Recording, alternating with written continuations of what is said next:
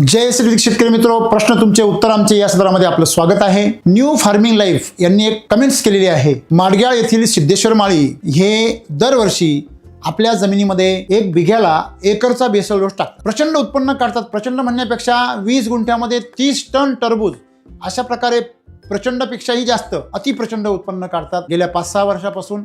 आणि त्यांनी आपली प्रगती केली।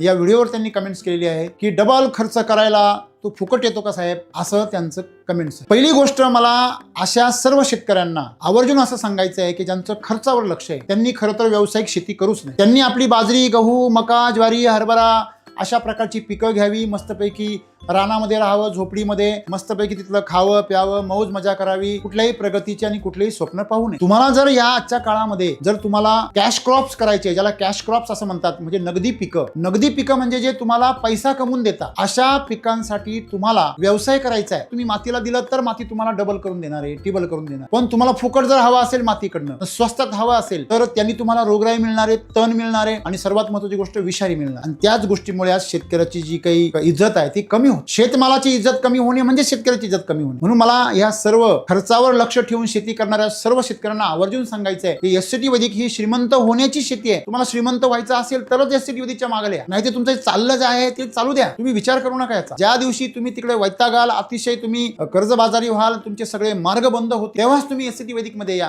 आणि येताना मी असं सांगेल 5 ते 10 गुंठेच करा। 5 ते 10 गुंठ्यामध्ये देखील आमचे शेतकरी लखोपती होत आहे। तुम्हाला जास्त शेती करण्याची गरज नाहीये, जास्त पिकं लावण्याची गरज नाहीये, तुम्हाला ते चांगल्या प्रकारे अभ्यासपूर्वक लावण्याची गरज आहे। आणि मातीला तुम्हाला श्रीमंत करूनच तुम्ही श्रीमंत होऊ शकता। श्रीमंत व्हायचं असेल तरच नगदी पिकं लावा आणि पहिलं मातीला श्रीमंत करा। आणि त्यासाठी एससीटी वैदिक बरोबर येताना डबल ताकदीने तुम्ही जर मातीला खत देण्याचा प्रयत्न केला तर तुम्हाला एससीटी वैदिक मध्ये यशाची 1000% गॅरंटी आहे। जे सिद्धेश्वर माळी यांनी जी सिद्धी प्राप्त केली आहे, 2 एकरची शेती त्यांनी 8 एकर बनवलेली आहे 5 वर्षामध्ये, तुम्ही सुद्धा तुमची प्रगती करू शकता आणि रोजच दिवाळी साजरी करू शकता। आणि असं करायचं असेल तर पहिले तुम्ही मातीतली दिवाळी साजरी केली पाहिजे। धन्यवाद।